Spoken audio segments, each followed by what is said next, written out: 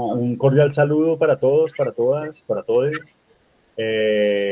Bienvenidos, bienvenidas al ciclo de conferencias Filosofía y Cognición. Hoy con una invitada muy especial, Sandra Báez. Ella, su campo de investigación es la neurociencia social. Se ha especializado en el análisis de los correlatos cerebrales y conductuales relacionados con el juicio moral y las emociones sociales en personas con condiciones neuropsiquiátricas. En el 2019 fue reconocida como una de las científicas más destacadas de Colombia al recibir el Premio para Mujeres en la Ciencia, apoyado por L'Oréal, UNESCO, Colciencias e ICETEX. Ha publicado numerosos artículos en revistas de prestigio como Nature Medicine, Neuroimage y Frontiers in Aging Neuroscience, entre otros. Además, Baez impulsa la visibilización y el protagonismo de las mujeres en la ciencia y aboga por una investigación interdisciplinaria que permita mejorar el tratamiento y diagnóstico de trastornos neuropsiquiátricos. Bienvenida, querida Sandra. Muchas gracias por la invitación y buenas tardes a todos y a todas. Bueno, como bien ya me presentaron, pues una de mis líneas de investigaciones sobre cognición social y neuropsiquiatría. Este es el esquema de lo que vamos a hablar el día de hoy. Primero quisiera hablarles un poco sobre, pues, qué es esto de la cognición social contextual. Me voy a enfocar en dos dominios principalmente, si bien pues yo he hecho investigaciones en varios dominios de la cognición social, creo que dos de los que más he estudiado son la empatía y las emociones sociales y morales. Vamos a ver diferentes estudios que hemos hecho en nuestro grupo en condiciones neuropsiquiátricas para ver cómo las condiciones neuropsiquiátricas nos han permitido entender las bases neurales de la cognición social y posteriormente voy a presentar algunas conclusiones. Entonces, pues primero vamos a ver una serie de estudios en empatía, después una serie de estudios en emociones sociales y morales. La empatía es uno de estos dominios de la cognición social. Yo les decía al principio que iba a hablar un poco sobre qué es esto de la cognición social contextual. La cognición social es ese conjunto de procesos que nos permite relacionarnos de forma efectiva con otros miembros de nuestra misma especie, es decir, con otros seres humanos.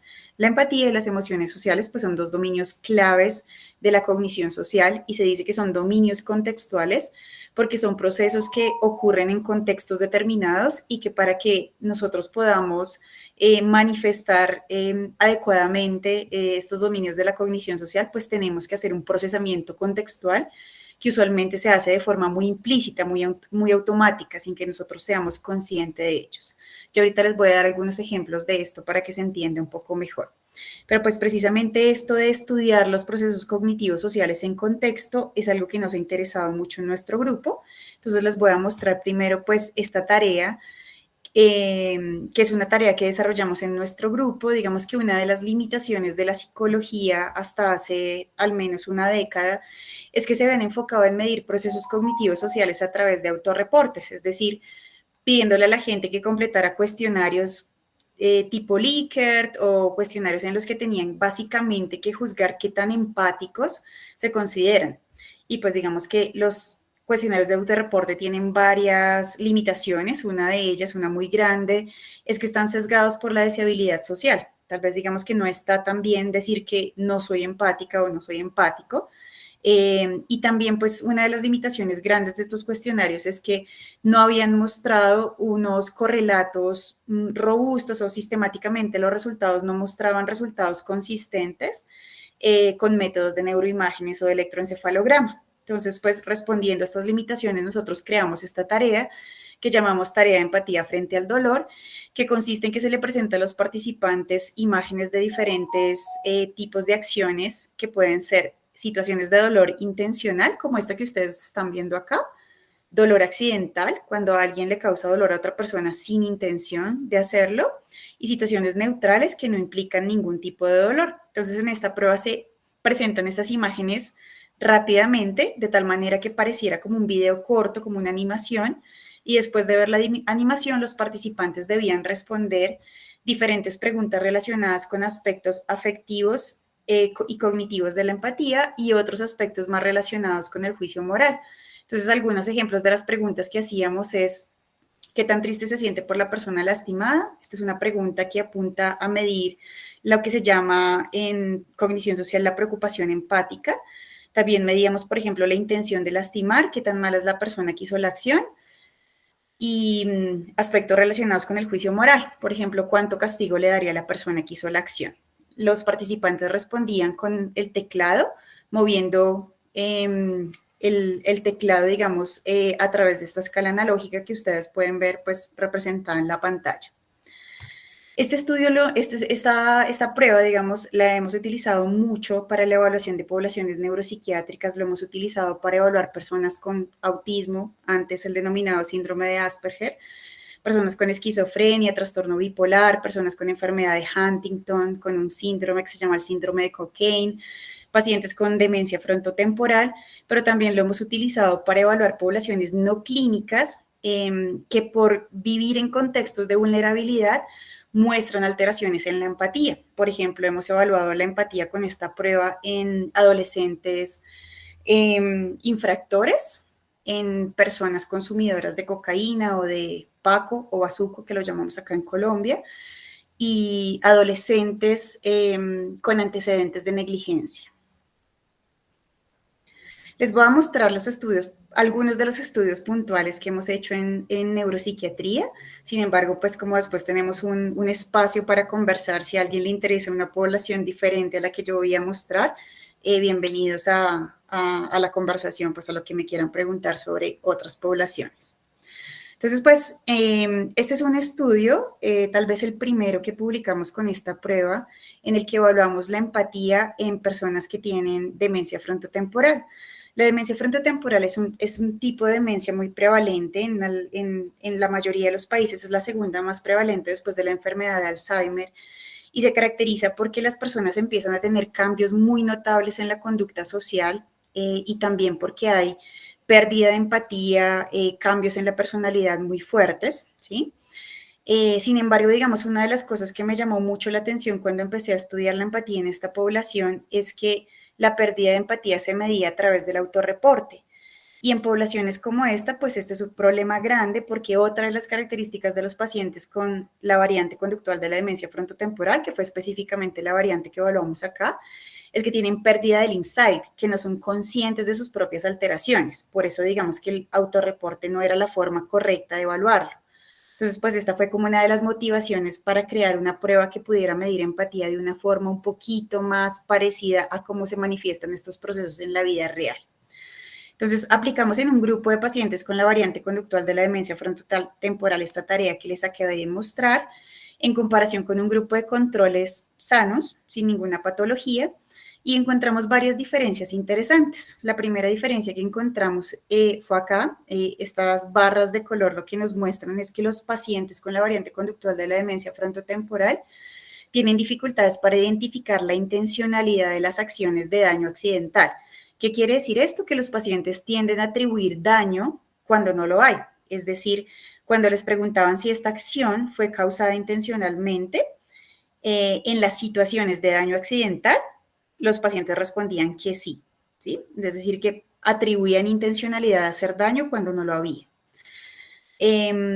Otra de las diferencias interesantes que encontramos es esta que estamos viendo acá, es que en las situaciones de dolor intencional, cuando se causaba daño intencionalmente, los pacientes manifestaban menor preocupación empática, manifestaban sentirse menos tristes por la persona lastimada que los controles. También encontramos que los pacientes reportaban mayor intención de lastimar que los controles en las situaciones de dolor accidental, ¿sí? Esto pues va de la mano con lo que acabo de decir, que tienen dificultades para identificar la intencionalidad de las acciones y que tienden a asignar daño cuando no lo hay. Y encontramos otras diferencias en situaciones neutrales que, bueno, tal vez estas no son tan relevantes. Las tres que ya les mencioné son las más interesantes.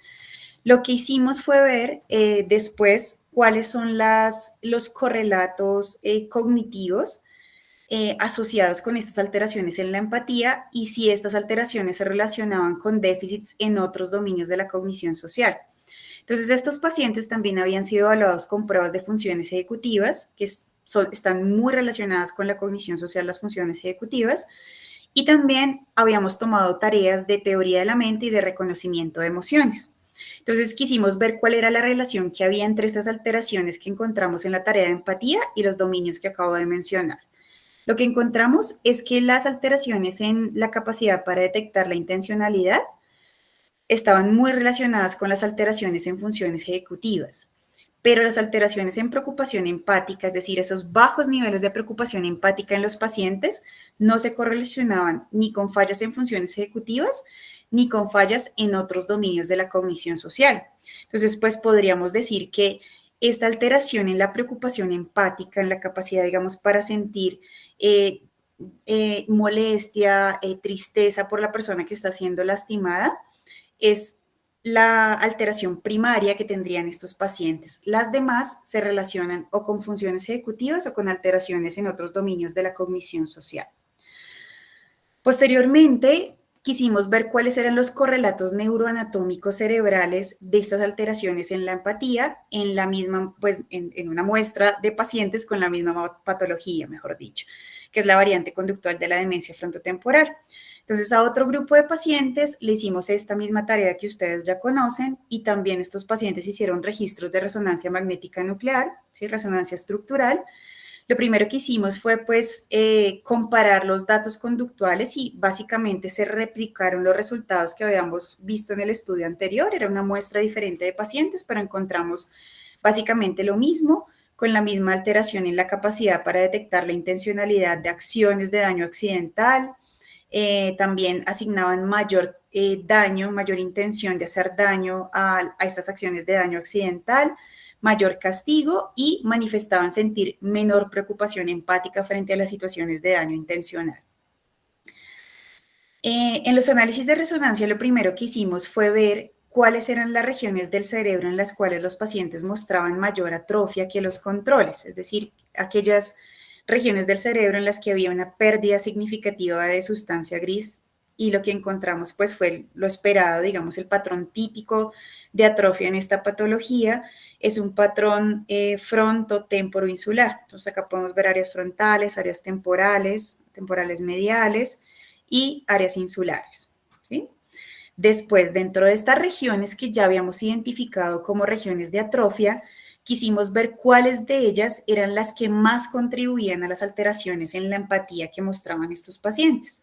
Y lo que encontramos fue lo que podemos ver acá en la imagen, es que la pérdida de preocupación empática o empathic concern se relacionaba con el volumen de la corteza prefrontal orbitofrontal, que son los dos clusters que vemos acá como en morado o rosado, y la dificultad para detectar la intencionalidad de acciones de daño accidental se correlacionaba con el volumen de la amígdala y con el volumen de la corteza paracingulada. Entonces, digamos que eso es interesante porque, pues, ambas regiones que acabo de mencionar, las que vemos en Aguamarina, son regiones que ya se habían identificado como claves para esos procesos de mentalización, de inferencia de intenciones, teoría de la mente. Y también es interesante ver que la corteza orbitofrontal, que es una de las regiones que más tempranamente y más severamente se ve afectada en la demencia frontotemporal en su variante conductual, es el correlato más importante de la pérdida de empatía, que pues precisamente esta dificultad de la preocupación empática es la que habíamos identificado en nuestro estudio previo como el déficit primario en la empatía que muestran estos pacientes. Nosotros también evaluamos pacientes con enfermedad de Huntington. La enfermedad de Huntington, pues como ustedes sabrán, es una enfermedad autosómica dominante que también, pues si bien digamos que no es el déficit más característico, también los pacientes conforme se va, digamos, manifestando la enfermedad, van presentando también dificultades en la cognición social, no solo en la cognición general, sino también en la cognición social. Hasta este momento no habían estudios en la empatía de pacientes con enfermedad de Huntington. Nosotros evaluamos un grupo de pacientes con la enfermedad, un grupo de familiares, pues precisamente al ser una enfermedad autosómica dominante, es interesante evaluar a los familiares que tienen la mutación pero que no han manifestado sintomatología. Y evaluamos también un grupo de personas sanas, pues sin ni sin ningún antecedente de enfermedad neurológica o psiquiátrica. Lo que encontramos es que los pacientes, que son los que vemos graficados con las barras rojas, mostraron dificultades en diferentes tareas. Entonces, además de la tarea de empatía, utilizamos también tareas de reconocimiento de emociones. Entonces, esta tarea que ustedes están viendo acá es una tarea de reconocimiento de emociones básicas: alegría, asco, enojo, miedo, sorpresa, tristeza. Estos pacientes mostraron dificultades básicamente en las emociones negativas: asco, enojo y miedo. Sin embargo, cuando evaluamos el reconocimiento de emociones a través de tareas que requerían el procesamiento del contexto, específicamente esta tarea consiste en videos que muestran situaciones de la vida cotidiana en las que actúan dos o más personajes y se le pide al paciente que identifique cuál es la emoción que se está representando en esa situación. Acá no encontramos diferencias entre los pacientes y los controles. Esto es interesante porque lo que nos muestran estos resultados es que los pacientes con enfermedad de Huntington sí tienen dificultades en el reconocimiento de emociones, pero solo cuando éstas se presentan de forma aislada, es decir, cuando se presentan rostros aislados sin presentarlos en un contexto. Es importante, pues, porque nosotros en la vida cotidiana no vemos rostros flotando por ahí, sino que vemos rostros expresando emociones en un contexto, en un cuerpo, en un lenguaje, acompañados de señas, acompañados de elementos situacionales. Y pues esto es interesante, digamos, para entender las características de la enfermedad, pero también para pensar en intervenciones no farmacológicas para mejorar la calidad de vida de estos pacientes y pues la relación con sus familias. Respecto a la empatía, la única diferencia que encontramos entre pacientes y controles fue en la capacidad para detectar la intencionalidad. Pues esto, digamos que más que una dificultad o un déficit en empatía per se, un déficit primario en empatía, nos estaría hablando de una dificultad en los procesos de inferencia e intencionalidad, más relacionados con la mentalización o la teoría de la mente. Entonces, pues podríamos decir que la enfermedad de Huntington no se caracterizaría por un déficit primario en la empatía, a diferencia de la demencia frontotemporal. Esto es esperable, digamos, por los correlatos neurobiológicos de cada enfermedad. En la enfermedad de Huntington, pues uno esperaría, digamos, una alteración inicialmente en los circuitos de los ganglios de la base, los circuitos frontosubcorticales, más que en las regiones como primariamente asociadas con la empatía, que son pues más regiones frontotemporoinsulares como las que vemos implicadas en la demencia frontotemporal.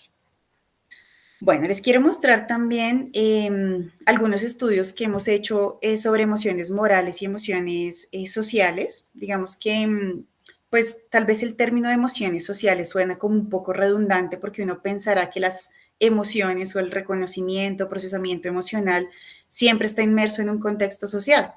Pero en psicología utilizamos este término de emociones sociales para referirnos a aquellas emociones que no experimentamos solos, sino que necesitamos de la presencia de otro. Les decía que son este tipo de emociones que no podemos experimentar solos, sino en presencia de otro, ya sea real o imaginado. Entonces, por ejemplo, emociones como los celos, la envidia, el orgullo, son emociones sociales porque necesitamos de otro para poderlos experimentar. Las básicas, como por ejemplo el asco, el enojo, la sorpresa, la tristeza, no necesitan de otra persona para experimentarlos. Los puedo experimentar simplemente imaginando, experimentando o pensando en una situación particular. Y esas son las emociones sociales. Las emociones sociales a veces tienen un componente moral cuando experimentar una emoción tiene implícito un juicio moral, es decir, un juicio sobre lo que está bien o lo que está mal de acuerdo, digamos, al contexto cultural y social en el que vivo. Decimos que esa emoción además es una emoción moral. Ya les voy a dar ejemplos de las emociones que hemos estudiado para que se entienda mejor.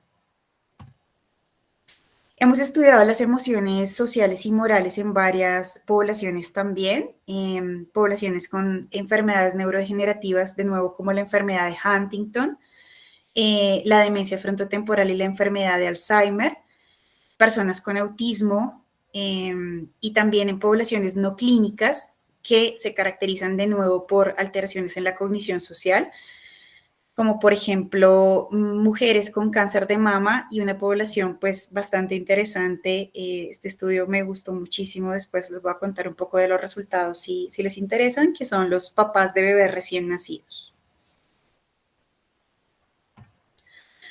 Bueno, dos de las emociones que más hemos estudiado en nuestro grupo son la envidia y el Schadenfreude. El Schadenfreude es un término que así lo dejé, es una palabra en alemán que no tiene traducción en español, tampoco tiene traducción precisa en inglés y se refiere a esa emoción que uno experimenta cuando le da placer la desgracia o el infortunio ajeno.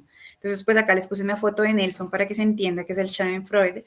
Si se acuerdan un poco de los Simpsons, Nelson es el exponente número uno de esta emoción porque siempre está disfrutando con la desgracia ajena, ¿no? Entonces, por ejemplo, cuando uno se pone feliz porque el jugador del equipo contrario bota un penalti, estamos experimentando Schadenfreude. Entonces, ahí lo que esta emoción nos interesó junto con la envidia porque ambas se consideran emociones contraempáticas. ¿Qué quiere decir esto? Que, por ejemplo, cuando a alguien le pasa algo malo, cuando le ocurre un infortunio, esperaríamos que tuviéramos lástima por esta persona, ¿verdad? Que experimentáramos empatía. Pero si lo que experimentamos es Schadenfreude, sería una reacción contraempática. Lo mismo en el caso de la envidia. Cuando alguien tiene algo que nosotros deseamos, pues deberíamos, socialmente lo adecuado sería como estar felices por eso que tiene esta persona, pero si experimentamos envidia, de nuevo sería una reacción contraempática. Bueno, entonces les decía que nos interesaron estas dos emociones, pues porque son emociones contraempáticas. Y algo muy interesante también es que ya había estudios que mostraban que el correlato anatómico y funcional del Schadenfreude es el mismo que el de otros tipos de placer que experimentamos, que es el estriado ventral, pues como la estructura clave del circuito de recompensa. Entonces, pues esto digamos que nos habla de la naturaleza de esta emoción, pues que realmente está muy relacionada con la experiencia de placer, una experiencia generalizada, ¿no? Bueno, entonces estas emociones las evaluamos en pacientes con enfermedad de Huntington, pues precisamente porque los correlatos biológicos, los correlatos neuroanatómicos de esta enfermedad están centrados en los circuitos de los ganglios de la base, incluyendo el estriado, pues que son claves para experimentar placer, ¿sí? Entonces, pues el resultado que encontramos fue bastante interesante. Utilizamos una tarea en la que se presentaban situaciones hipotéticas que le ocurrían a personajes hipotéticos, que podían ser situaciones positivas o negativas. A las personas les pasaban cosas buenas o cosas malas. Y los participantes debían juzgar qué tanta envidia o qué tanto placer experimentaban por lo que le pasaba al personaje. Como pueden ver acá en la pantalla, en cuanto a las situaciones que debían generar envidia, es decir, las situaciones positivas, y a las situaciones neutrales, no encontramos diferencias entre grupos. Pacientes, familiares de pacientes y controles sanos, puntajes muy similares. Sin embargo, cuando vemos las puntuaciones de Schadenfreude, sí encontramos diferencias entre pacientes, familiares y controles. Encontramos que los pacientes y los familiares experimentan menos Schadenfreude, experimentan menos placer por la desgracia ajena que los controles. Para nosotros al principio este fue un resultado no esperado. Nosotros sabíamos que íbamos a encontrar diferencias en Schadenfreude, pero esperábamos que fueran en la dirección opuesta, esperábamos encontrar más. Sin embargo, cuando empezamos a interpretar los resultados a la luz de la literatura previa, entendimos que pues realmente debería ser así, porque como dije hace un momento, en estos pacientes desde etapas muy tempranas, desde que se empieza a manifestar la enfermedad, pues sabemos que hay alteraciones importantes en los circuitos de los ganglios de la base, incluyendo el estriado, que es la base, digamos, de esta emoción. También pues hay un montón de estudios en modelos animales que muestran que la anedonia, la incapacidad para experimentar placer, es una característica central de la enfermedad de Huntington y pues también esto se ha replicado en estudios en humanos.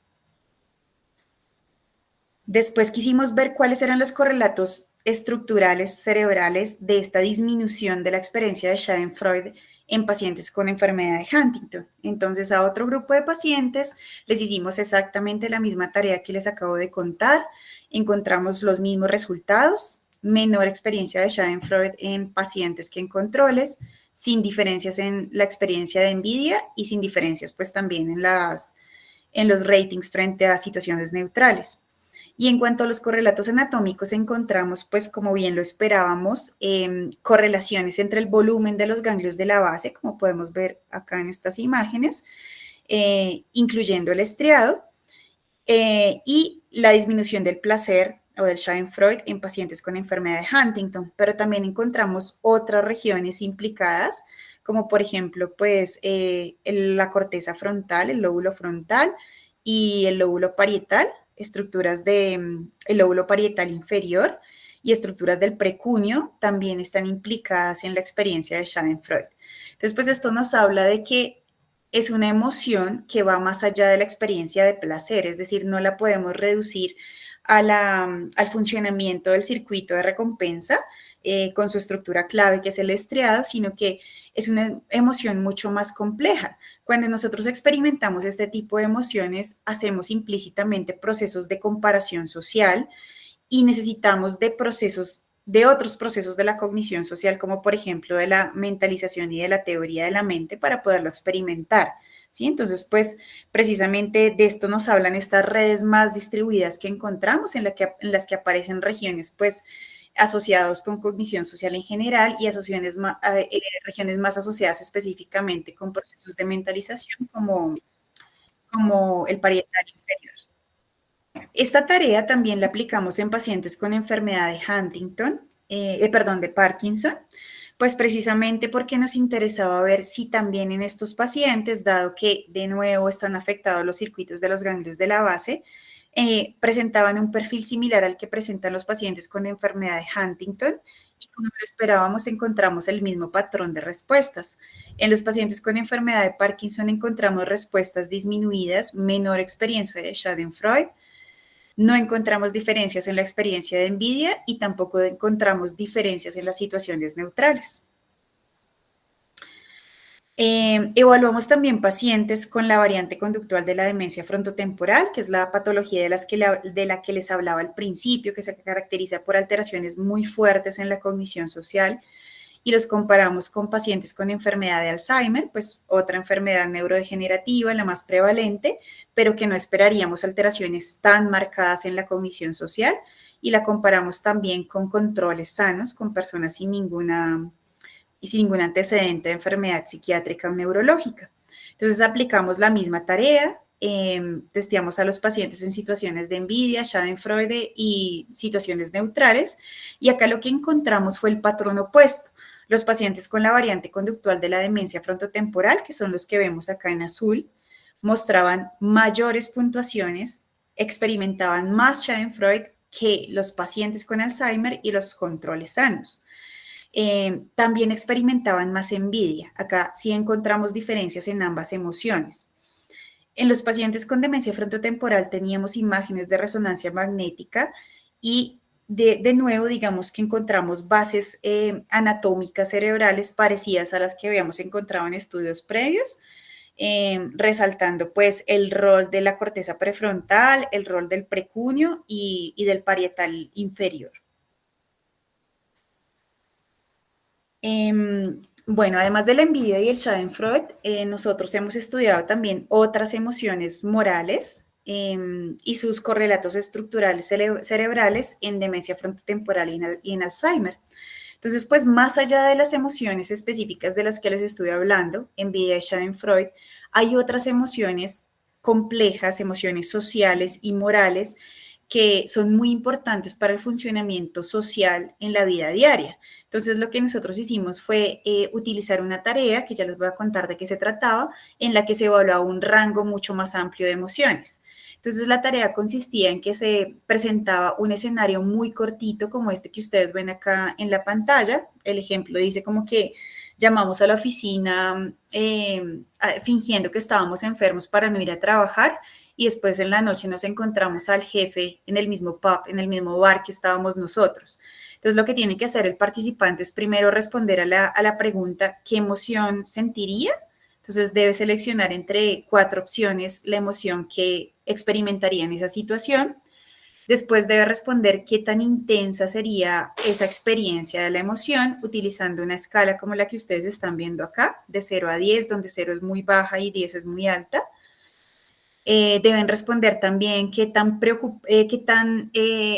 afectados se ven por esta emoción en esta situación en la misma escala de 0 a 10. Estas son, digamos, las 3 preguntas que deben responder los participantes. Este estudio fue bastante novedoso, es un estudio que se publicó el año pasado. ¿Por qué? Primero porque no había estudios previos que hubieran comparado demencia frontotemporal versus enfermedad de Alzheimer, que pues es uno de los diagnósticos diferenciales con los que uno más se encuentra en la clínica cuando trabaja con enfermedades neurodegenerativas.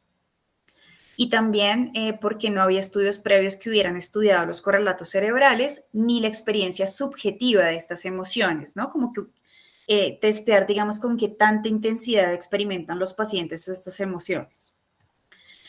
Entonces, lo que nosotros encontramos fue que los pacientes con la variante conductual de la demencia frontotemporal no presentaron dificultades para identificar el accuracy de los pacientes en las emociones básicas. Es bastante similar al de los pacientes con Alzheimer y los controles, como podemos ver, por ejemplo, en esta figura que nos muestra el puntaje general en emociones básicas, muy similar al rendimiento en los tres grupos.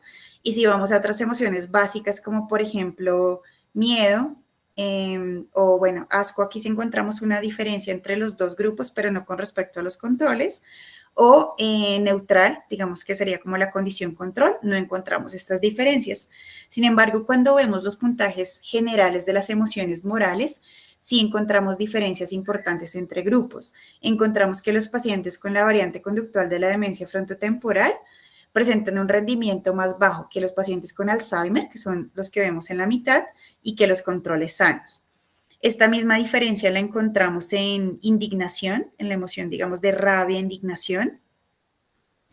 Encontramos que los pacientes, los pacientes con demencia frontotemporal en comparación con los controles también tienen menor experiencia o menor reconocimiento de vergüenza, y en comparación con Alzheimer también de lástima. Entonces, pues estos resultados conductuales nos muestran que los pacientes con demencia frontotemporal, si bien se han reportado muchos estudios que muestran que hay dificultades en emociones básicas, sobre todo en emociones negativas, esta alteración es aún más marcada en emociones morales. Y al comparar los grupos de pacientes nos damos cuenta que las emociones morales nos sirven como un marcador mucho más fuerte para diferenciar entre las dos enfermedades que las emociones básicas. Estos son los resultados de las neuroimágenes. Lo que encontramos es que en los pacientes con demencia frontotemporal, las emociones morales o las dificultades en reconocimiento de emociones morales correlacionan con el volumen de diferentes estructuras, digamos, de una red distribuida que implica, como podemos ver acá, los ganglios de la base, el caudado, también el lóbulo parietal y el lóbulo temporal posterior. Esto de nuevo pues nos habla de la complejidad de estas emociones, pues que sus correlatos estructurales no están localizados en una sola región, sino que son redes distribuidas que implican regiones corticales y subcorticales, no solamente regiones frontales y temporales, que son como las más típicamente asociadas con cognición social, sino que también redes de mentalización del parietal y estructuras relacionadas también con los circuitos de los ganglios de la base. Bueno, también hemos evaluado las emociones morales en adultos con autismo. Este estudio lo realizamos en personas con autismo de alto funcionamiento. Es un artículo que se publicó este año en el que utilizamos esta misma tarea que les acabé de mostrar del estudio previo, pero también utilizamos otra prueba que permite el reconocimiento de emociones en contextos congruentes o incongruentes. Entonces, pues les cuento de qué se trataba la tarea. La tarea tenía tres subtareas, por decirlo así, una tarea A, B y C. En la tarea A lo que se hacía era mostrar un rostro que estaba expresando una emoción básica. Podía ser enojo, tristeza, miedo, asco o una expresión neutral. Acá lo que tenían que hacer los participantes era elegir la emoción que estaba mostrando el rostro. Era solamente esto. En la tarea B, que estamos viendo acá en la pantalla, lo que tenían que hacer los participantes era inferir la emoción a partir de la posición del cuerpo y de los elementos del contexto. Entonces, digamos que este sería como un ejemplo de reconocimiento de emociones en contexto sin la presencia del rostro, que usualmente son las claves más fuertes que nosotros utilizamos para inferir emociones en la vida diaria. Y la tarea C era una tarea en la que presentábamos emociones en contextos que podían ser congruentes o incongruentes. Entonces acá pueden ver un ejemplo de una tarea, de una situación, perdón, en un contexto congruente. Entonces pues es un rostro de enojo en un contexto de enojo, en un cuerpo de enojo. Y este es un ejemplo de una emoción en un contexto incongruente, sería, digamos, una emoción neutral, más bien una expresión neutral en el contexto de asco, ¿sí? Entonces, lo que tienen que hacer los participantes en ambos casos es decirnos cuál es la emoción que está mostrando el rostro, ¿sí? Se hacía énfasis en la emoción del rostro.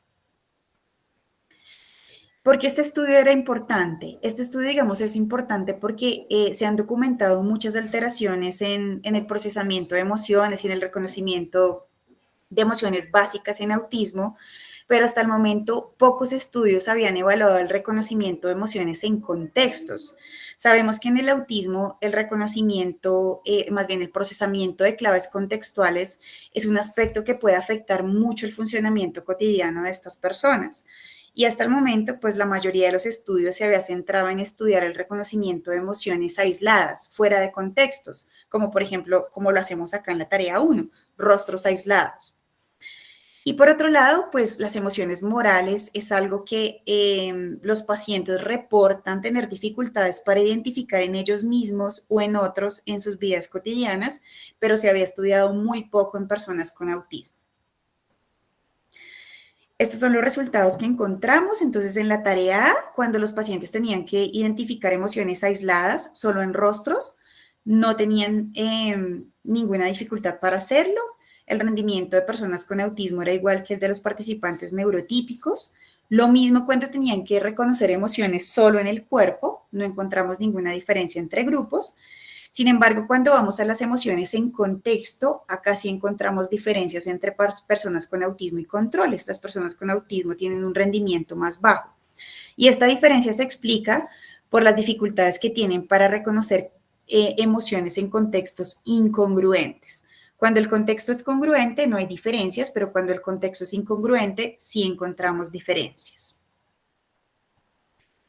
Cuando vemos el rendimiento en la tarea de emociones morales, vemos, bueno, de nuevo vemos que en las básicas no hay diferencias entre personas con autismo y controles, pero sí en las morales, en las emociones morales encontramos que las personas con autismo tienen dificultad para identificar estas emociones y cuando vemos emoción por emoción, lo que encontramos es que las 3 emociones en las que los participantes mostraron dificultades fueron vergüenza, culpa e indignación o rabia.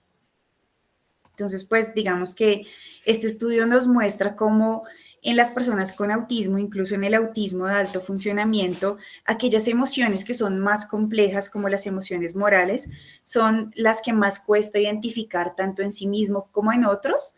Y acá, bueno, lo que no mencioné que es importante es que no encontramos diferencias en la experiencia subjetiva de estas emociones, es decir, el grado de intensidad y el grado de afectación no nos mostró diferencias entre grupos. También podemos decir que las alteraciones en emociones básicas aparecen únicamente cuando se requiere un procesamiento fuerte del contexto, en contextos congruentes o en emociones sin contexto, las personas con autismo de alto funcionamiento no muestran dificultades para reconocer emociones. Esto pues digamos que es bastante congruente con lo que muestran pues las observaciones que uno ve, las observaciones clínicas o lo que reportan las personas de las dificultades que tienen en sus vidas cotidianas para relacionarse con otras personas, cuando las claves del contexto son más claras y son congruentes, son predecibles y congruentes con la situación, pues saben mejor cómo interpretar estas situaciones, qué emociones deberían experimentar y cómo comportarse en una situación de este tipo.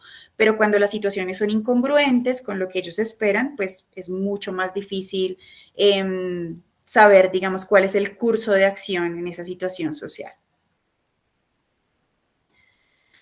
Bueno, en conclusión, podríamos decir que la empatía y las emociones sociales y morales son 2 dominios de la cognición social que son claves para la interacción con otros humanos y que están afectados a diferentes niveles y con diferentes perfiles en las condiciones neuropsiquiátricas, tanto neurológicas o neurodegenerativas específicamente, que fue las que yo les mostré, como en condiciones psiquiátricas como el autismo. Podríamos decir también que estas condiciones psiquiátricas nos han servido como modelos para estudiar los correlatos neurales de la cognición social y para entender cómo estas alteraciones pueden, digamos, interferir en el funcionamiento cotidiano de las personas que padecen estas condiciones. También lo que nos han enseñado estos estudios es que es muy importante, un reto que tenemos aún por delante es el diseño de instrumentos que nos permitan evaluar la cognición social, precisamente por lo que hablábamos al principio y lo que mencionaba hace un momento del autismo, y es que la cognición social es un fenómeno dependiente del contexto. Entonces no se puede medir utilizando estímulos acontextuales, o sea, no se puede medir la cognición social fuera de un contexto social y mucho menos a través de cuestionarios de autorreporte. Esto es bien difícil, pues porque por más de que nosotros tratemos de pensarnos las pruebas que se asemejen lo más posible a la vida cotidiana, el testear estos dominios en un laboratorio hace que no ocurran como ocurren en la vida cotidiana. Entonces es un reto pensarse cómo evaluar la cognición social de la forma más ecológica posible para que refleje de la forma más cercana posible el funcionamiento cotidiano de las personas. También, digamos, lo que nos han mostrado los resultados de nuestros estudios es que al darnos cuenta que la empatía y las emociones sociales y morales están afectadas dimensionalmente en las condiciones neuropsiquiátricas, es clave pensar en el diseño de implementación de estrategias de intervención no farmacológicas que apunten estos dominios, porque son, digamos, alteraciones que tienen un efecto muy importante en la calidad de vida y en la capacidad de relacionarse con las familias, digamos, del paciente con sus familias y pues en general en los diferentes ámbitos de la vida cotidiana. Bueno, esto es todo lo que les iba a mostrar. Muchas gracias por su atención. Muchísimas gracias, Ángela. Qué interesante esta exposición, caray. ¿Pueden levantar la mano las personas que tengan preguntas? Bueno, Sandra, muchas gracias. De verdad, estos temas son complicados de investigar, de difundir, ¿cierto? Y pues yo creo que usted logró hacer una explicación a absolutamente neófitos de un tema muy, muy complicadito. Y muchas gracias por eso.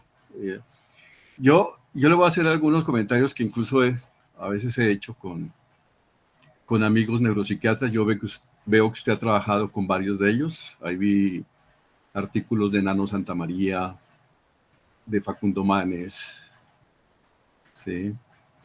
de Mario Parra.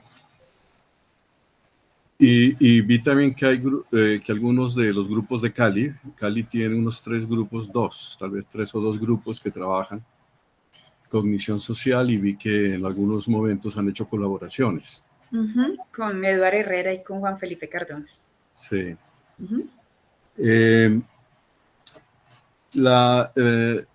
Usted mencionaba una de las complicaciones. Hay casi unas 3 complicaciones que siempre se arguyen para este tipo de estudios. Usted de alguna manera las mencionó y al final hizo una muy explícita, que es la experimentación bajo condiciones de laboratorio versus la vida real, que es una de las más complicadas, ¿no? Otra tiene que ver con la simplificación que necesita hacerse. Obviamente se necesita simplificar para aislar emociones versus la realidad en que las emociones juegan juntas, ¿no? Entonces a veces dicen, bueno, pero allá se hizo una simplificación muy, muy grande. Y hay otro nivel, pues, que a veces también uno no sabe cómo se van instalando las dificultades de las personas, porque si bien las emociones son elementos biológicos, nosotros venimos con la posibilidad, con una carga posible de responder frente a eventualidades, pero también la cultura nos enseña a manejarlas, ¿no? Entonces, por ejemplo, hay una normatización cultural frente a las emociones. Los hombres no deben llorar, y como es, uno no puede ponerse bravo, cosas de esas. Entonces hay niveles de aprendizaje y parte del aprendizaje que suelen hacer las personas es saber cuándo las expresa. Entonces tiene más que ver con juicio en sí que con la emoción que se está sintiendo. Y muchas veces lo que puede estar pasando, arguyen algunos, es que se está perdiendo cuando hay una instalación neurodegenerativa del cerebro, lo que se está perdiendo es esas capacidades de aprendizaje y de juicio final que hace como un cribado de lo que debo hacer, ¿no? Pero yo me quería preguntarle, más centrado sobre la forma como investigaron específicamente el Schadenfreude, ¿sí? Que es como el regodearse, ¿no? El regodearse de los demás. Pensando en que cuando uno ve a personas a diferentes niveles de afectación neuropsiquiátrica, porque hay muchos niveles, desde niveles más de principio, digamos, hasta niveles pues, de demencia absoluta, uno puede ver, por ejemplo, que hay situaciones de desgracia ajenas que son cómicas, ¿cierto? Entonces, uno podría pensar cómo se hace la diferenciación entre una respuesta genuina a algo risible versus al hecho de que realmente está regodeándose. Con el hecho de que a uno le puede pasar las dos cosas. A uno le puede parecer la situación verdaderamente cómica, pero alegrarse de que le haya pasado. De hecho, es lo que generalmente suele suceder en situaciones como las de competencia, como se mencionaba la del fútbol, pero en general de competencia, a cualquier nivel, y los humanos somos muy competentes, incluso hasta en juegos de mesa o alguna cosa así. Entonces, ¿cómo hicieron las condiciones de laboratorio para hacer ese aislamiento emocional? Listo. Bueno, voy directamente a esa pregunta, aunque hiciste varios comentarios muy interesantes al principio, pues respondo puntualmente tu pregunta y si algo después retomamos las otras discusiones. Bueno, el diseño de esta tarea fue bien difícil porque nosotros pensábamos que el Schadenfreude era como una emoción pues unidimensional, ¿no? Como pues no sé, el asco, la vergüenza, no, el asco es como las básicas, ¿no? Como el miedo, el enojo, pues que es como más fácil de describir qué es lo que estás sintiendo. Entonces lo que hicimos al principio fue diseñar un pilotaje con un montón de situaciones, unas 80 situaciones diferentes, que a nuestro juicio, esta prueba la diseñamos con Hernando Santamaría, que a nuestro juicio debían causar placer por la desgracia ajena, ¿no? Pues situaciones negativas, no sé, como por ejemplo, si iba a colar en el Transmilenio y se cayó subiendo por el molinete, se burló de una persona por ser gorda y se le regó el vino en la camisa blanca, no sé, cosas de ese tipo, ¿sí? Como sin pensar mucho en lo que había detrás del procesamiento que uno hace para experimentar Schadenfreude. Y nos dimos cuenta que de dos cosas. Eso simplemente le preguntamos a un montón de gente, hicimos como un piloto así sin saber ni idea de cómo medir esto online, qué tanto placer les producía. Y nos dimos cuenta de dos cosas. Uno, que estas situaciones, digamos, que tienen que ver con lo que tú llamabas como el disfrute el regodeo, digamos, con lo que me da risa, pero yo siento que se lo merece, es como lo que más Schadenfreude generaba en las personas, ¿sí? También ahorita voy a mencionar una cosa que tiene que ver con si está transgrediendo una norma moral, pues como, sí, una norma moral, o si está transgrediendo algo que ya es una transgresión legal, ¿sí? Entonces ya ahorita vamos con esas dos cosas. Pero lo otro que es muy, muy interesante que encontramos es que la palabra placer no hacía que la gente se sintiera libre de decir que era precisamente lo que estaba experimentando. Entonces hicimos ese mismo pilotaje preguntando con diferentes palabras, ¿no? Como satisfacción, placer, no sé, como alegría, goce, disfrute, y nos dimos cuenta que placer era la que menos diferencias generaba entre las situaciones que estábamos diseñando para generar Schadenfreude y las neutrales. Entonces, pues eso me pareció súper interesante porque también nos muestra es una muestra de la indeseabilidad social, más allá de que todos lo experimentamos, de esa emoción, del Schadenfreude. Bueno, les decía también que otros dos aspectos claves que identificamos fue el hecho de incurrir en una transgresión legal, como por ejemplo, se robó los fondos que habían recolectado de su empresa, qué sé yo, para irse de vacaciones, no sé, cosas de ese tipo. Bueno, claro que esa era más para envidia, pero no recuerdo ninguna exactamente así que les pueda mostrar. A ver, déjenme tratar de recordar. Por ejemplo, le pegó a su perro con un palo y el perro lo mordió muy fuerte, no sé, algo de ese tipo que uno dice, uy, bien hecho, ¿sí?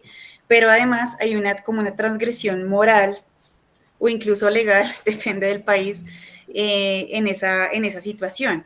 Entonces, este tipo de situaciones que te pueden generar placer, satisfacción, disfrute, pero que además tenían un componente moral fuerte, nos dimos cuenta que también eran un desencadenante muy importante de Schadenfreude.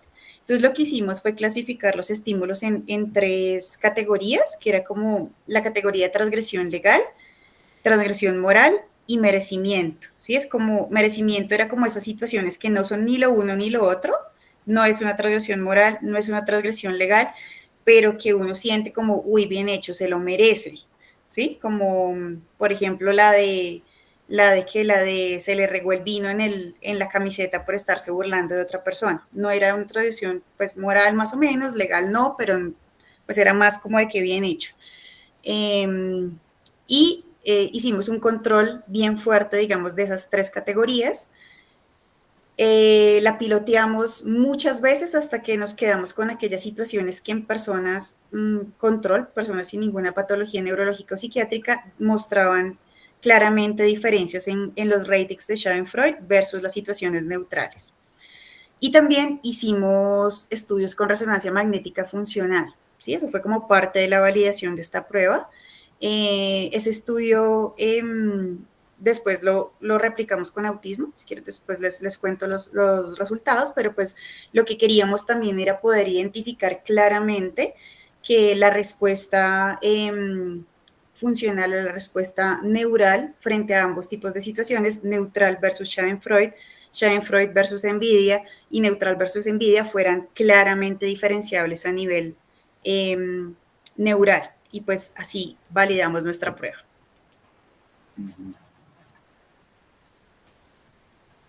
Yo iba a contrapreguntar, pero veo que hay una manito levantada.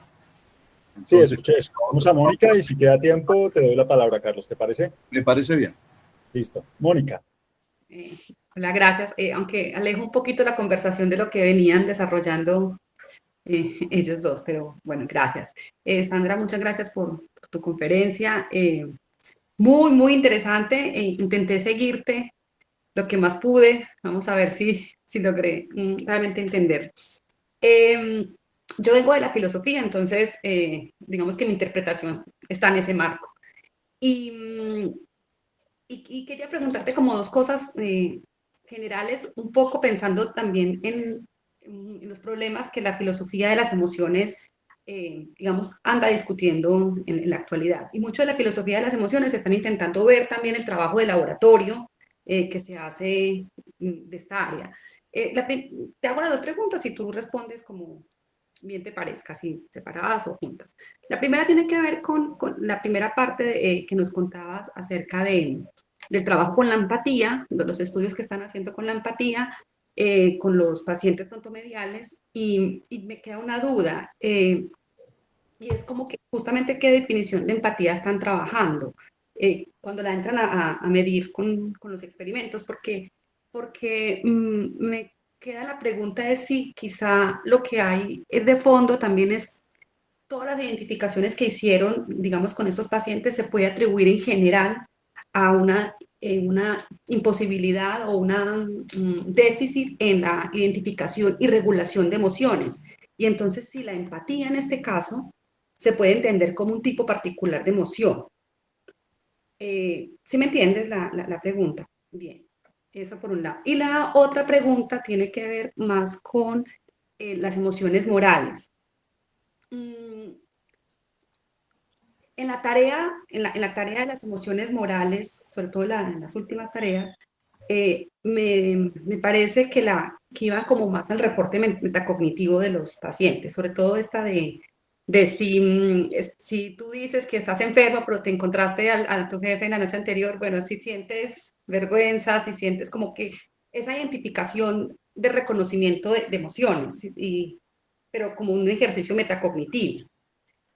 La duda, aquí tengo como dos dudas y quiero que me cuentes tú qué piensas al respecto. Es uno, en esta discusión, digamos, sobre las emociones en general, y claro, las emociones morales que tienen este tinte de ser sociales, que es mucho más puntual, la discusión acerca de la idea de entender la emoción como una reacción del cuerpo, como algo fisiológico del cuerpo, versus una idea un poco más constructivista de las emociones. Estoy pensando constructivista, estoy pensando, por ejemplo, todo el trabajo que está haciendo ahora Elizabeth Arreta.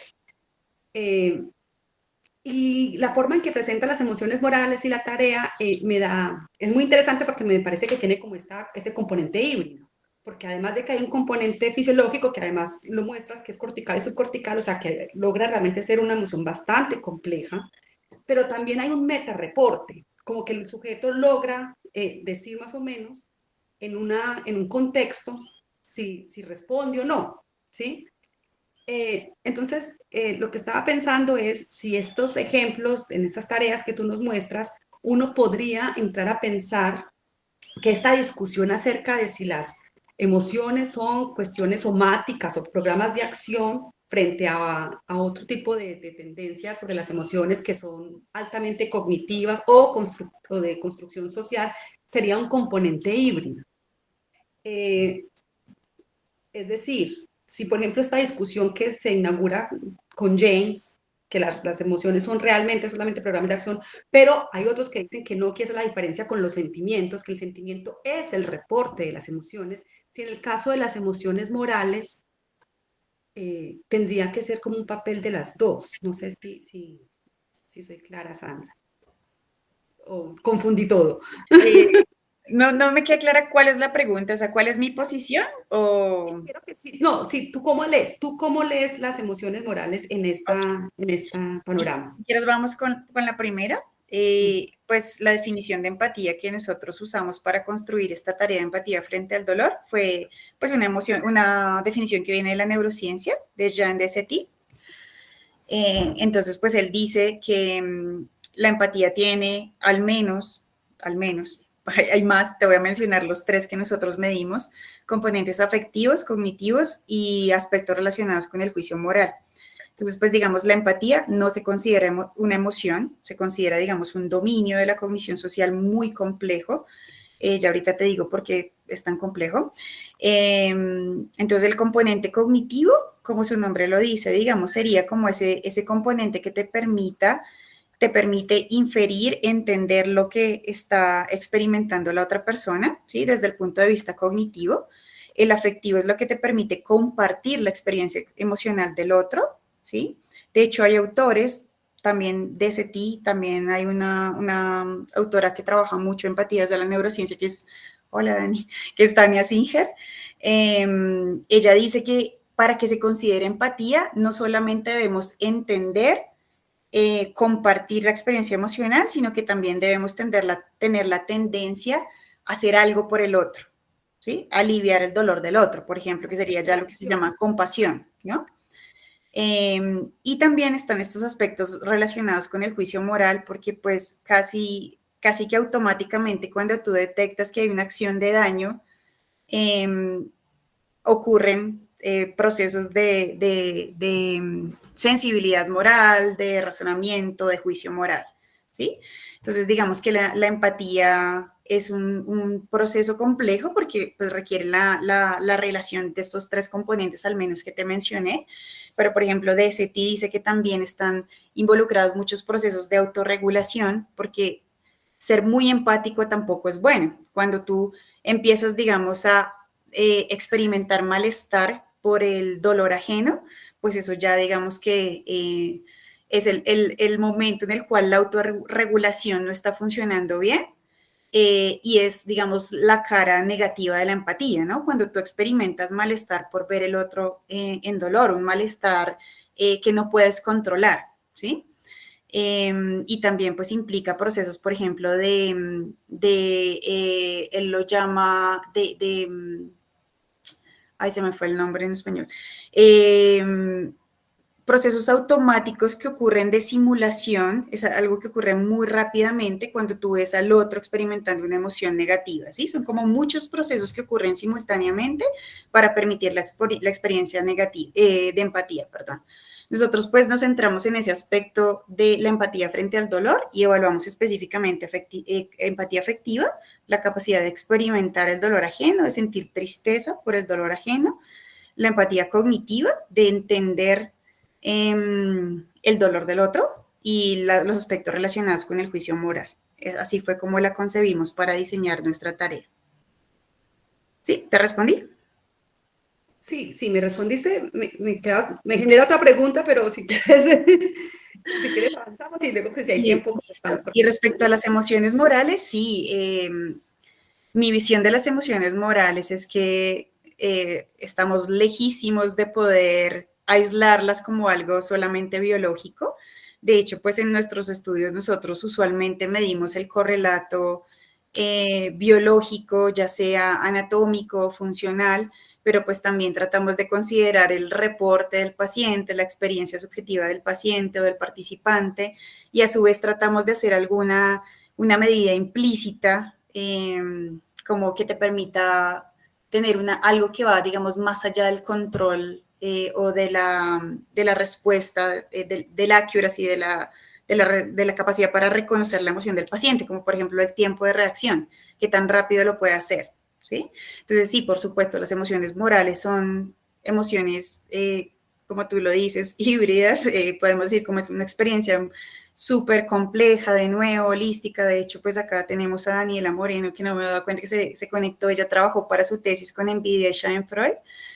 Y la conclusión que sacamos es que son emociones que no solamente son complejas, digamos, porque te implican hacer unos procesos de comparación social súper automáticos que nosotros no nos damos cuenta, sino que también implican otros procesos cognitivos como las funciones ejecutivas, ¿sí? Entonces, digamos, tú necesitas procesos de inhibición para poder experimentar o no experimentar una emoción moral en un momento inadecuado. O sea, digamos, cuándo experimentar culpa o cuándo demostrar que sientes culpa, cuándo demostrar o no demostrar que sientes vergüenza. Eso, digamos, implica procesos de inhibición que hacen parte de funciones cognitivas superiores como las funciones ejecutivas.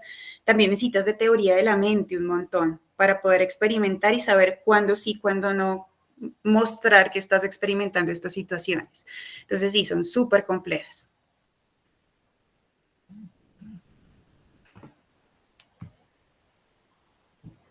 Súper, muchísimas gracias. No sé si Carlos Alberto quiera o haya alguien más que tenga preguntas. Si no, Carlos Alberto puede hacer la pregunta que tenía. Aprovechar.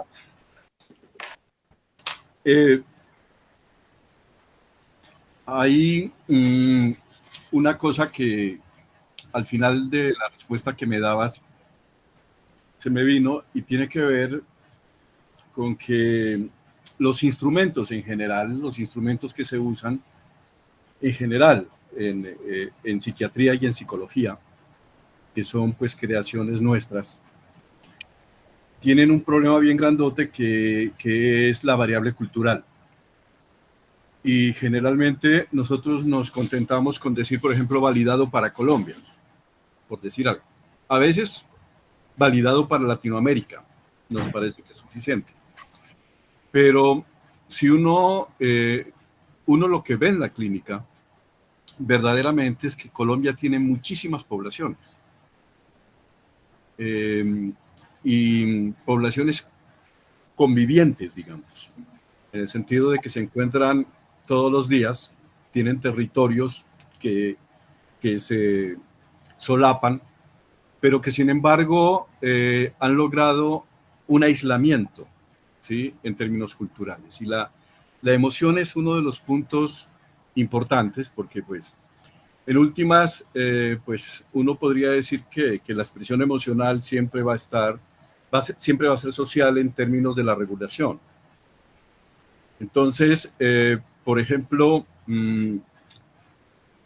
tenemos una norma de no robarás, digamos, la norma es no robarás. Y se supone que si uno introyecta la norma, va a haber emociones ligadas a la culpa, por ejemplo, que le van a impedir que uno robe. Pero hay una situación muy particular que se presenta en algunos sitios de Colombia. Si va un camión de carga por una carretera cualquiera y sufre una avería, mucha gente se sienten con el permiso para saquear el camión. Y uno diría, pues claro, los ladrones. Y uno puede ver que son comunidades que uno estaría muy tentado a decir que no es así. Es decir, que participarían ambas de casa, labriegos, niños, ¿sí? De tal manera que para poder hacerlo, o hacen una reinterpretación personal, o la norma que han introyectado es flexible, y por lo tanto la emoción no aparece. Eso hace que cuando uno está utilizando instrumentos validados para Colombia, en realidad son validados para un grupo particular. Generalmente un grupo urbano, escolarizado, porque es muy problemático trabajar sin escolarizados, escolarizado y generalmente con una alta, digamos, introyección normativa. Y es posible que sea un grupo minoritario, ¿cierto? Con respecto a ese tipo de cosas, ¿han hecho alguna reflexión al interior de los grupos de investigación en los que participan? Total. Sí, estoy completamente de acuerdo contigo. De hecho, el impacto de la diversidad y la desigualdad es una de las líneas de investigación que más me interesa en este momento. Como se dieron cuenta, yo les mostré estudios muy viejitos, como de hace 10 años, porque cuando me invitaron me dijeron que era un grupo más como de estudio en cognición, entonces pues digamos que esto es lo más relacionado con cognición, pero actualmente digamos que mi principal interés o en lo que he venido trabajando más en los últimos 2 años es en el impacto de la diversidad y la inequidad, la desigualdad en la salud del cerebro. Entonces, digamos, de hecho, hace poquito publicamos un artículo súper interesante y muy, digamos que impresionante los resultados que muestran, estimamos lo que se llama relojes cerebrales. No sé si han escuchado hablar del tema de relojes cerebrales. Entonces, nosotros usamos registros de resonancia funcional y de EEG de más de 5.000 participantes de diferentes países de Latinoamérica versus otras regiones del mundo, todos países del norte global. Y comparamos la edad estimada del cerebro a través de métodos de conectividad funcional versus la edad cronológica. Estimamos la brecha que hay entre la edad de tu cerebro y la edad que tienes realmente, tu edad cronológica. Y nos dimos cuenta que los cerebros de Latinoamérica son cerebros más envejecidos. Entonces, pues empezamos a pensar cuáles son las razones que hacen que nuestros cerebros estén más envejecidos en comparación con las regiones del norte global. Y encontramos que los predictores más fuertes son la desigualdad en la distribución de los ingresos, medida con el índice de Gini, predictor súper fuerte, la inequidad de género, medida con el índice de G, la carga de enfermedades comunicables y no comunicables, que son como medidas indirectas de la calidad de los sistemas de salud, y la polución. Esto me parece, digamos, que es como súper diciente de lo que tú estás diciendo, sí, o sea, totalmente.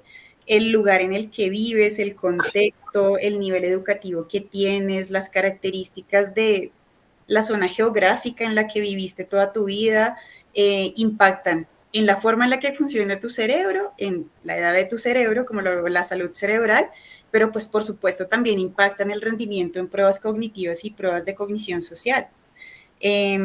Así que sí, por supuesto, es algo que hemos considerado mucho, es algo que nos interesa mucho estudiar. De hecho, también el año antepasado intentamos hacer una colaboración con un grupo de la Nacional para estudiar la cognición social en niños indígenas de la Sierra Nevada, y tratamos de adaptar estas tareas que utilizamos nosotros, digo de adaptar porque no lo logramos en absoluto, para testear la cognición social en indígenas. Y pues fue muy difícil porque la forma de identificación y de expresión de emociones que ellos tienen, las etiquetas que asignan a las emociones son diferentes, los marcos de referencia que utilizan para hacer inferencias cognitivas son diferentes, entonces no son utilizables este tipo de tareas para sociedades occidentales o estereotípicas en otro tipo de poblaciones. Y sí, es algo que me interesa muchísimo y que me gustaría trabajar.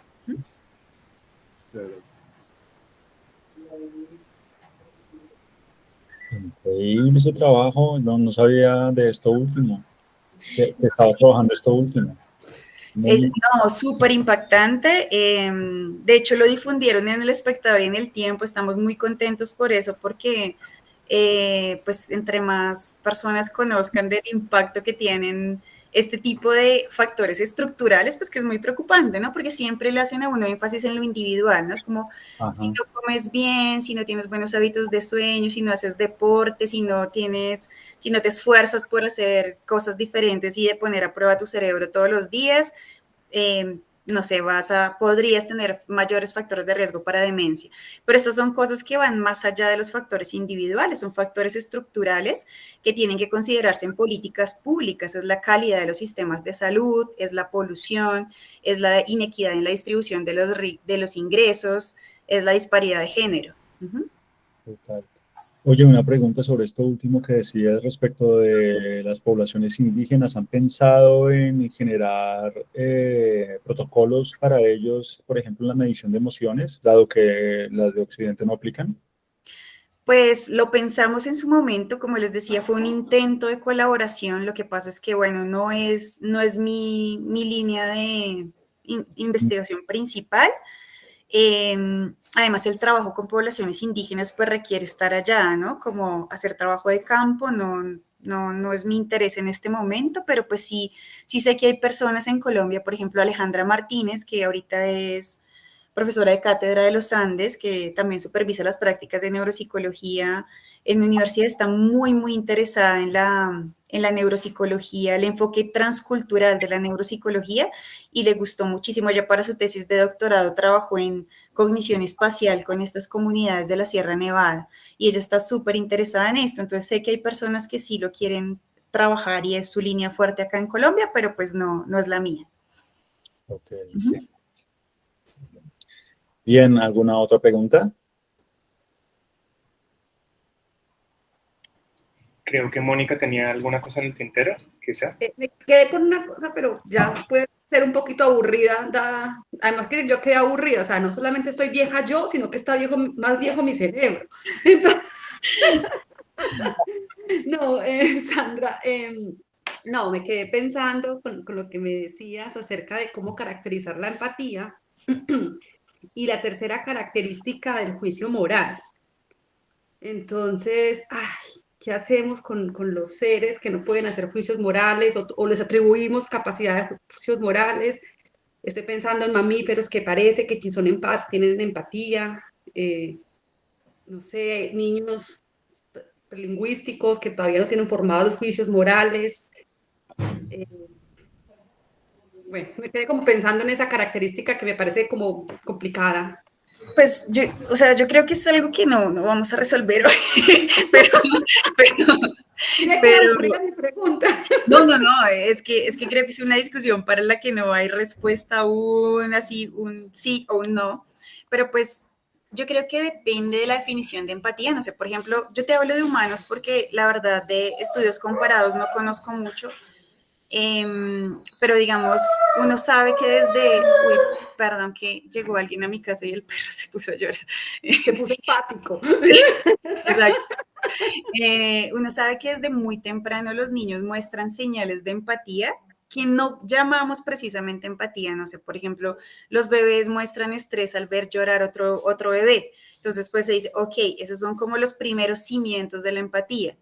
O, por ejemplo, no sé, los niños, las pruebas de juicio moral con niños. Tú sabes que pues los niños no pueden emitir con claridad un juicio moral cuando son muy pequeñitos, pero no sé, los estudios que yo conozco son, por ejemplo, con títeres. Un títere que le pega a otro, un títere que le quita la comida al otro. Los niños muestran preferencias por las personas que tienen comportamientos adecuadamente aceptables desde el punto de vista moral o inaceptables desde el punto de vista moral, ¿no? Entonces, pues digamos que eso depende de que llames empatía y que llames juicio moral, ¿no? Y también, pues, no sé, las diferentes dimensiones de la moralidad, ¿no? Si estamos midiendo, no sé, sensibilidad empática, si estamos midiendo, sensibilidad moral, si estamos midiendo juicio, si estamos midiendo algo que va más allá de, qué sé yo, del autorreporte. Bueno, creo que es demasiado complejo el campo para poder sacar una conclusión así nomás, ¿no? Juan Diego. Gracias. Pues yo le estaba entendiendo, Sandra, y demás, como tú estabas diciendo que las respuestas en general, bueno, en algunas, al menos algunos de los casos eran demasiado automáticas y como hardwired, muy rápidas, casi que inconscientes en muchos casos. Estaba entendiendo yo que tú estabas hablando, al menos en algunos casos, de juicio moral en términos, lo que no sé si en neurología se llama así, pero en filosofía se llama subpersonal, ¿no? Como algunos mecanismos que no pasan por la conciencia efectiva del ser humano, pero que son mecanismos que, pues, que están actuando ahí, que tienen un procesamiento de información y que llevan a sentimientos y acciones y a respuestas, reacciones, etcétera.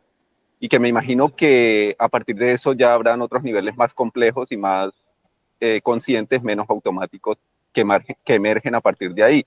Y me imagino que los resultados que tienen, por ejemplo, primatólogos como Franz de Waal o Jane Goodall, acerca de toda la moralidad y toda la capacidad que tienen los chimpancés y otros tipos de primates, y bueno, no solo primates, acerca del reconocimiento, acerca de la empatía, acerca de las reglas, incluso sociales y morales que tienen ellos, tiene que ver con eso. No sé qué piensas sobre eso. De acuerdo con lo primero que dices, digamos, tal vez decir específicamente qué era lo que le preguntábamos a los participantes respecto a los aspectos relacionados con el juicio moral sirva un poquito para aclarar. Lo que tenían que responder las personas es qué tan mala considera la persona que hizo la acción, qué tanto daño hizo la persona que hizo la acción y cuánto castigo le daría a la persona que hizo la acción. Entonces, digamos que son 3 formas de medir juicios morales, como tú dices, rápidos, porque esta era una prueba en la que uno le decía a la persona, no tiene tiempo límite para contestar, pero sí le pedimos que lo haga lo más rápidamente posible. Así que estoy de acuerdo con lo que dijiste, creo que, no sé, tal vez aclarar estas 3 preguntas puede servir un poco para responder específicamente qué aspectos medimos. Ok, muy bien, ya estamos llegando al límite. Si hay una última pregunta que sea muy corta, si no, podríamos cerrar acá. Ok, agradecemos mucho la asistencia de los participantes. Muchísimas gracias, Sandra, por tu charla, súper interesante y muy pertinente el trabajo que haces. O sea, creo que esto último, además, que dices que estás trabajando ahora, está súper interesante. Espero verlo en futuro pronto. Y bueno, un abrazo para todos. Los esperamos en nuestra próxima charla del ciclo. Muchas gracias. Muchas gracias a todos por su atención y por la invitación. Un gusto acompañarlos hoy.